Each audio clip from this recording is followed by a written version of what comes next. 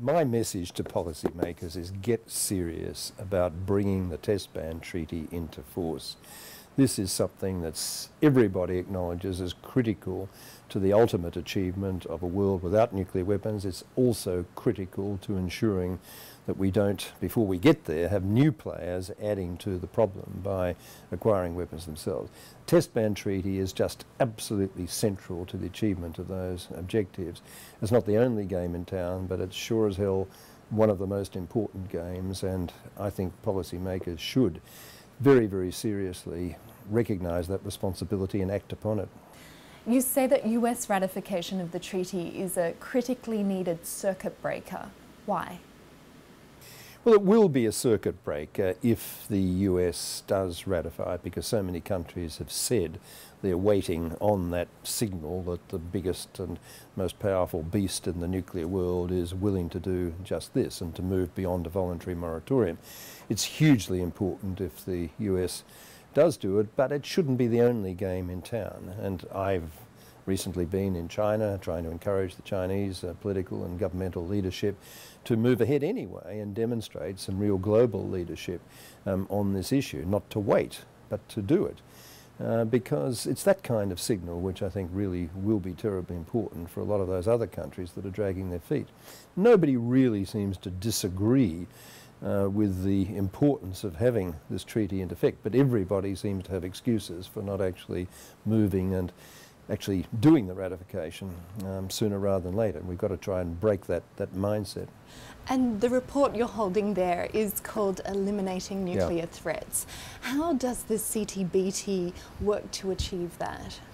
CTBT is a critical building block for both non-proliferation and disarmament. It goes hand in hand with another building block, the Fissile Material Cut-Off Treaty, which we're arguing should be negotiated into force soon. That's aimed at setting a quantitative restriction on the material that's used to make bombs. The whole point about the Test Ban Treaty is to set a qualitative limitation to make it effectively impossible for new players to get into the game or for a new generation of weapons to be developed by the existing players. What were the Commission's main findings regarding the CTBT? Essentially twofold. The Comprehensive Test Ban Treaty itself must come into force as soon as humanly possible. Those countries which haven't ratified it should do so, and pending that, the moratorium should continue. But also the CTBTO, the organisation, has to continue to be supported financially, technically, politically.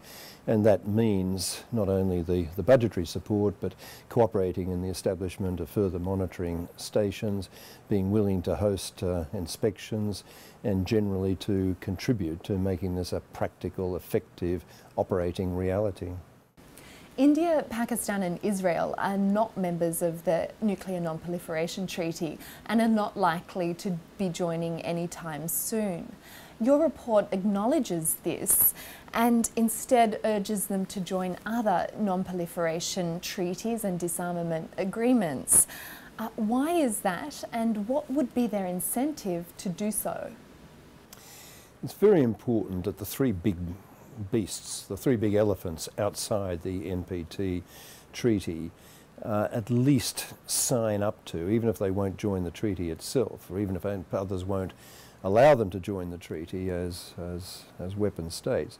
Even if that impasse continues, it's critical that they sign up to the same kind of disciplines, both in relation to non-proliferation and in relation to disarmament, as the NPT treaty members have. And there are a number of those disciplines that don't actually require NPT membership. They can sign the CTBT, they can ratify the CTBT, they can sign up to the Fissile Material Treaty negotiations and commit themselves meanwhile to not to be adding to the worldwide stock of weapons material. They can contribute to the whole process of making the world more secure and safe when it comes to locking up loose materials, loose weapons around the place. There's all sorts of ways in which these countries can help move the process forward, even if we're stuck on the question of NPT membership. Why should they participate in such processes? Because I think countries do have an interest in being and being seen to be good international citizens. What steps do you see are needed to bring the CTBT into force at an early date? 2010 is emerging as a very big watershed year for the whole nuclear disarmament and non-proliferation agenda.